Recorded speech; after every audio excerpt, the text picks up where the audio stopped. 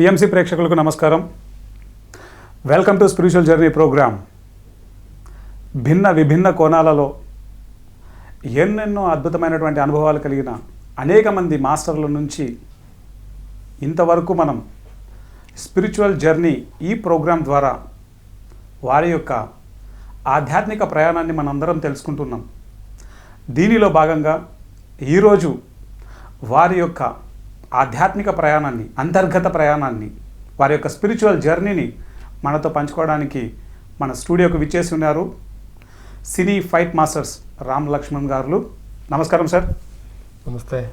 ఈరోజు వారితో ఇంటర్వ్యూ చేయడం అనేది నా మహద్భాగ్యంగా భావిస్తున్నాను. ఎందుకంటే ఇది వరకు వారి గ్రామానికి స్వయంగా వారితో పాటు వెళ్ళినప్పుడు వారు జీవించినటువంటి తీరు తెన్నులను చూస్తే ఒక మనిషికి అసాధ్యమన్నది ఈ భూమి మీద ఏదీ లేదు అని చెప్పడానికి ప్రత్యక్ష ఉదాహరణ లక్ష్మణ్ గారు. ఎందుకంటే ఏ మనిషి జన్మ అయినా ఈ ప్రాపంచిక లెక్కల ప్రకారం ఖనిజ సామ్రాజ్యం, వృక్ష సామ్రాజ్యం, జంతు సామ్రాజ్యం, మానవ సామ్రాజ్యం, ఈ 4 సామ్రాజ్యాలకు ఒక్కొక్క స్థితి నుంచి ఎదుగుతూ వస్తాడు మానవుడు. కానీ మన లక్ష్మణ్ మాస్టర్ల యొక్క జీవితాన్ని చిన్నప్పటి నుంచి చూస్తే ఖనిజ సామ్రాజ్యం, ప్రతి పుట్టిన శిశువుకు, ప్రతి వ్యక్తికి ఒక గురువు ఉంటారు. ఎవరయ్యా గురువు అంటే ఈ ఖనిజ సామ్రాజ్యానికి చెందిన ఒక బండరాయి వాళ్ళకు గురువు. వృక్ష సామ్రాజ్యం, వాళ్ళ జీవితం అంతా పంట పొలాలు, పచ్చటి చెట్లు, ఆహ్లాదకరమైనటువంటి పల్లెటూరి వాతావరణంలో ఎవరయ్యా వాళ్ళకు స్నేహితులు అంటే ఆ మొక్కలే వారి యొక్క స్నేహితులు. జంతు సామ్రాజ్యం, పొలం దున్నడం, ఆ ఎడ్లతోటి ఎవరయ్యా వాళ్ళకు అన్నదమ్ములు అంటే ఆ యొక్క జంతువులే వాళ్ళకు అన్నదమ్ములు. మానవ సామ్రాజ్యానికి వస్తే ఈరోజు వారి యొక్క జీవితాన్ని చూస్తే ప్రస్తుతం తెలుగు సినీ ఇండస్ట్రీలో అత్యద్భుతమైనటువంటి స్థాయిలో ఉన్నటువంటి సినీ ఫైట్ మాస్టర్స్. కానీ వారి యొక్క గత జీవితం చూస్తే ఎన్నెన్నో ఎపిసోడ్ల ద్వారా మనందరికీ తెలుసు ఎంతో చిన్న స్థాయి నుంచి ఈరోజు ఈ స్థాయికి వచ్చారని. అయితే వారి యొక్క అంతర్గత ప్రయాణాన్ని, వారి యొక్క ఆధ్యాత్మిక ప్రయాణాన్ని, ఈ ఎదుగుదలలో భాగంగా వారు నేర్చుకున్నటువంటి ఎన్నెన్నో సాధనలను, వారు కలిసినటువంటి గురువులను, విశేషంగా వారి యొక్క ఆధ్యాత్మిక ప్రయాణం పిఎంసి ప్రేక్షకుల కోసం మీ గురించి అందరికీ తెలుసు. కాకపోతే ఎంతోమంది కొత్త వాళ్ళు కూడా చూస్తూ ఉంటారు కాబట్టి బ్రీఫ్గా మీ ఇంట్రడక్షన్, మీ గురించి. బ్రీఫ్గా చెప్పాలంటే 0 to 0 మా జీవితం ఒక జీరోగా స్టార్ట్ అయ్యి ఆ తర్వాత 1, 2 పెట్టుకుంటూ వెళ్తూ ఉన్నాం జీవితంలో. ఈ ఆత్మ పనిలోకి వచ్చిన తర్వాత ఆ 1, 2లన్నీ కట్ చేసుకుంటే మళ్ళీ 0కు రావాలనేదే ఇది మా జీవిత చక్రంలో మా అనుభవంకరంగా దానిలోకి వచ్చి తెలుస్తుంది. 0 to 0, మనిషి పుట్టుకు 0, మరణం 0.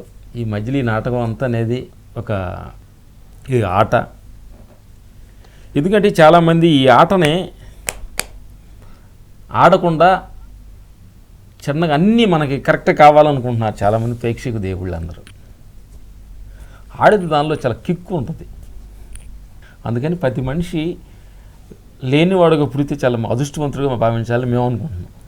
మా జీవిత అనుభవం ప్రకారం ఏమైనా ఉండే అనుకోండి, ఈ కిక్ ఉండదు మనిషిలో. Correct sir. లెవ్ అంటేనే ప్రతి దాని గురించి తెలుసుకో. నాకు తెలివి లేదు, నాకు చదువు లేదు, నాకు ఆస్తి లేదు, నాకు తల్లిదండ్రుల సపోర్ట్ లేదు, నాకు గాడ్ సపోర్ట్ లేదు, నాకు ఊరు సపోర్ట్ లేదు, ఏమి లేదు. అక్కడ మొదలు పెట్టాలి. మనం ఏమనుకుంటున్నామంటే నాకు అన్నీ ఉండాలి, మా నాన్న డబ్బు ఉండాలి, నాకు అన్నీ ఉండాలి, ఆస్తి ఉండాలి, పుట్టతో నేను కారులో, బెంజి కారులో తిరగాలి, రేంజర్ రోడ్లో తిరగాలనుకున్నప్పుడు నీకు తెలుసుకోవడానికి ఏమి లేదు అక్కడ.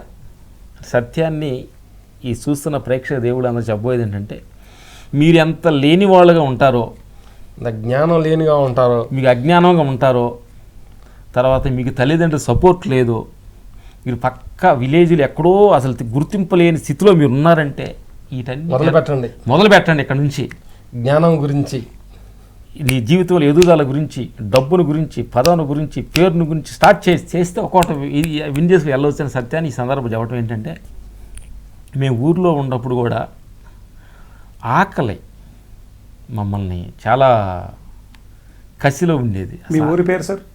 ఊరి పేరు నందిగుంటపాలెం. అది చిన్న విలేజ్, ఒక 30-40 ఇళ్ళే ఉంటాయి అనమాట. రోడ్డు సఫాయి కూడా ఉండదు. టౌన్కి రావూరైన పక్క ఊరు వెళ్ళాలి, 2 కిలోమీటర్లు వెళ్తేనే అక్కడ ఊరు బావి, వాటర్కి బావి దవ్వుతూ ఉంటే బావిలో నంది అడ్డం పడిందంట. వాటర్ దానికి అలా కవర్ చేసి పెట్టారు. నా నంది తీసి పెడితే ఆ ఊరు నందిగుంటపాలెంగా మారింది. ఓకే. అప్పుడు మేము చిన్నప్పుడు ఆ నంది దగ్గర ఆడుకుంటూ ఉండేవాళ్ళమే. ఆ తర్వాత మాకు 10 నంది అవార్డ్స్ వచ్చినాయి. 10 నంది అవార్డ్స్? ఓకే. ఈ సినిమా ఇండస్ట్రీలో వచ్చినప్పుడు అప్పుడు నిన్న ఒక 3 వీక్స్ ముందు ఆ నందిని చూసి వచ్చాం. చిన్నప్పుడు మేము ఆడుకున్న నంది నేను చూస్తే అప్పుడు వాటి పిల్లలు అయ్యి అనేది మాకు. ఓకే. నా దగ్గర చక్కగా ఆడుకున్న పిల్లలకి బహుమతులుగా మేము ఇవ్వబోయేది ఏంటంటే నందిలు అని చెప్పి, అది స్టోన్లో ఉంది, ఇది కొంచెం రాగి సిస్టంలో ఇచ్చారు మాకు సినిమా వాళ్ళు. అలాగే మేము కూడా సినిమా జీవితాల గురించి చెప్పాలంటే, మా ఊరు, తర్వాత మా తాత, మా నాన్నమ్మ, వీళ్ళే గురువులు. ఊరు మొట్టమొదటి గురువులు, ఫస్ట్ గురువులు మా ఊరు. ఫస్ట్ గురువు మా నాయనమ్మ పేరు ఈశ్వరమ్మ. ఓకే. పరమేశ్వరుడు సంతానం ఇదంతా. ఈశ్వర సంతానం అనుకుంటున్నాను. మా తాత పేరు నాగయ్య. ఆవిడకి చాలా చాలా కృతజ్ఞతలు చెప్పాలి ఈ సందర్భంగా. ఎందుకంటే నిజంగా మనస్ఫూర్తిగా మేము, అంటే ఆవిడని, నాయనమ్మని చానాళ్ళు ఎదిగి వచ్చినాక మా అమ్మని పేరు పెట్టి పిలిచి ఆవిడ అమ్మని పిలుస్తుండేవాడు. ఓకే. అంటే అంత దగ్గర అమ్మ కొట్టుది కాబట్టి ఆవిడ మా అమ్మ కాదు అనుకునేవాళ్ళు. అంత చనువుగా ఉండేవారు, చనువుగా ఉండేదన్నమాట. ఓకే. అలాంటి నానమ్మ దైవ మార్గాన్ని, మంచి మార్గాన్ని ఆవిడ బాటేసింది. ఆవిడ ఫస్ట్ గురువు ఈశ్వరమ్మ గారు, నాగయ్య గారు. అంటే మాలో ఒక సహనం, ఒక ఓర్పు, పనిచేయాలన్న పట్టుదల, వీటన్నిటికీ ఆవిడ మాకు పునాదిలా అనమాట. ఎక్కడికి నేను వెళ్తున్నా మమ్మల్ని ఎదురు రామునేది.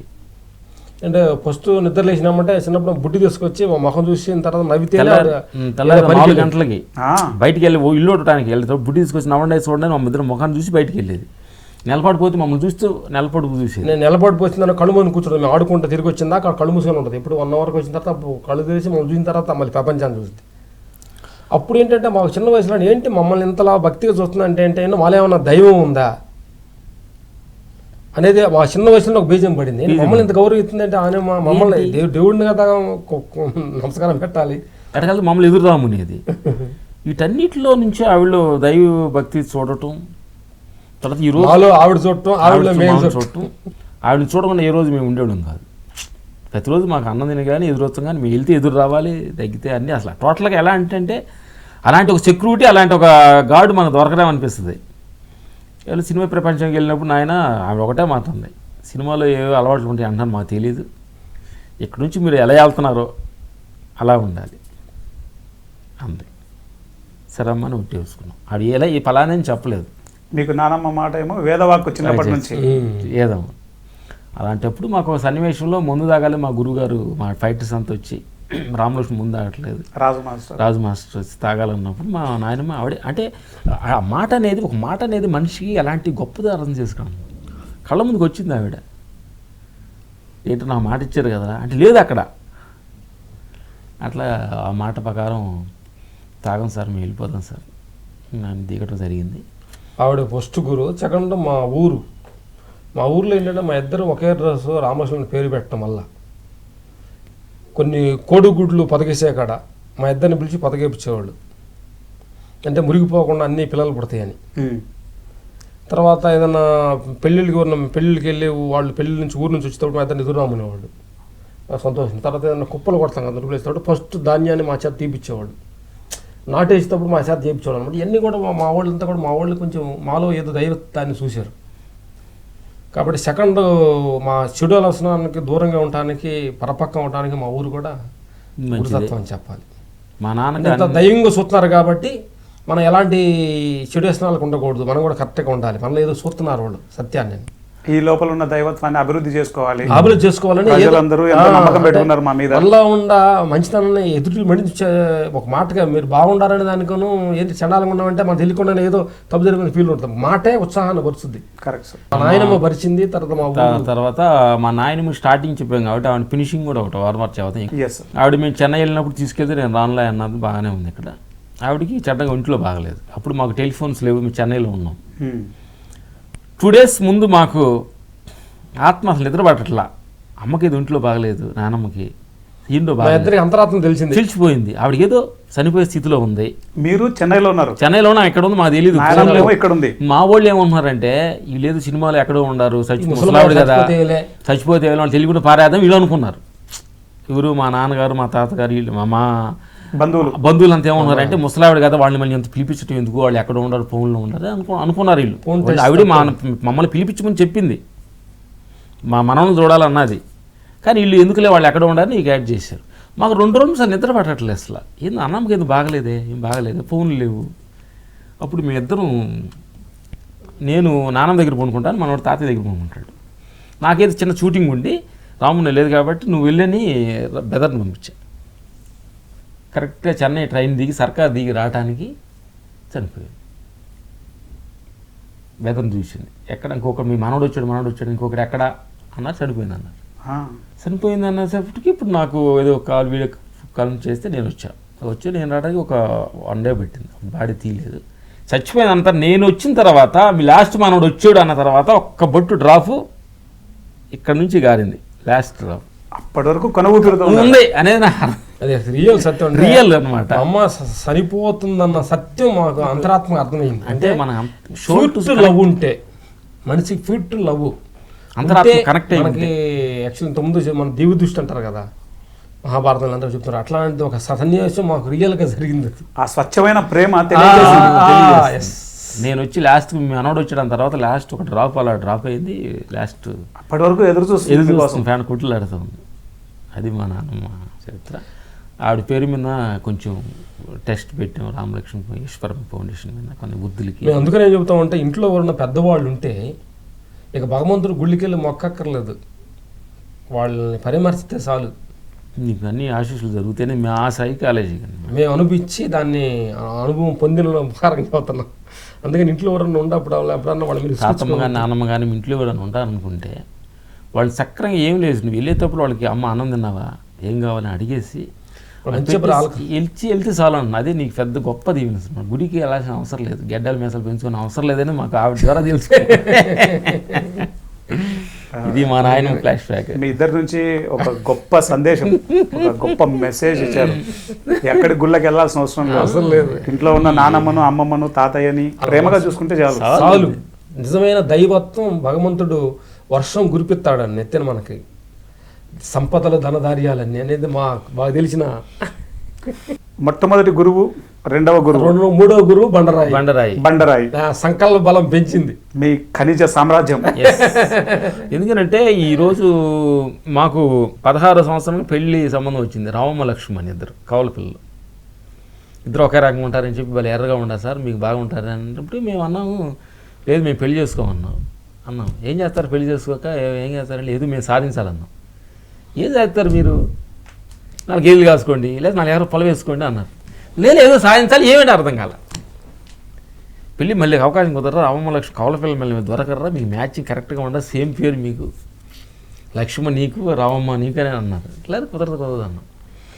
వద్దన్నా పెళ్లి క్యాన్సిల్ అయింది, వాళ్ళు వేరే ఇచ్చారు. పెళ్లి చేసుకోవాలని మీకు చెప్తే మీ ధ్యాస అంతా ఏదో సాధించాలి, ఏదనేది మాకు అర్థం కాలేదు. అది కానీ ఏం సాధించాలో కూడా తెలీదు. ఆ తర్వాత ఏదో చేయాలి అనేది, కానీ అది ఏం చేయాలో తెలియదు. అప్పుడు ఏదో సాధించవచ్చు అని నేర్పింది మాకు ఆ బండరాయి, మూడో గురువు అనమాట. ఆ బండరాయి లేపిన తర్వాత ఊర్లో మమ్మల్ని కొంచెం అమాయకంగా ఉండేవాళ్ళని, మమ్మల్ని మా నాయనమ్మతో రికమెండ్ నాటకం వేసారు, చిన్న నాటకం ఊర్లో వేస్తే మేము యాక్ట్ చేస్తామని వెళ్తే వాళ్ళు మాట్లాడడం చేత కదని చెప్పి మమ్మల్ని గిట్టేస్తే ఏడుస్తూ ఒకరోజంతా ఏడిచాం. అంటే మాట్లాడడం చాలా అమాయకంగా ఉండేవాళ్ళం, చాలా విలేజ్లో చిన్న చిన్న ఫోన్లో హెల్ప్ చేస్తూ ఉండేవాళ్ళం, కానీ అసలు మాట కారణం తెలియదు. మా నాన్నమ్మ రికమెండ్ తీసుకెళ్ళినా వర్కౌట్ అవ్వాలా. ఓకే, అలాంటప్పుడు మాకు ఆ బండరాయి లేపిన తర్వాత మనం తలుచుకుంటే ఏమైనా సాధించవచ్చు అనే దాన్ని ఆ బండరాయి మమ్మల్ని ఒక క్రియేట్ నమ్మకం ఇచ్చింది. అప్పుడు మా ఊరోళ్ళంతా మమ్మల్ని పట్టుకొని ఎలా లేపారు, మీరు ఏంటి అసలు ఇదేంది అంటే మమ్మల్ని మూడో గురువు హీరోగా చూడటం స్టార్ట్ చేయింది. ఆ తర్వాత నెక్స్ట్ ప్యాంట్ వేసుకోవాలి అనేది గోల్. చెన్నై వెళ్ళటం, ఇది మా జీవిత జర్నీ ఇలా స్టార్ట్ అయింది.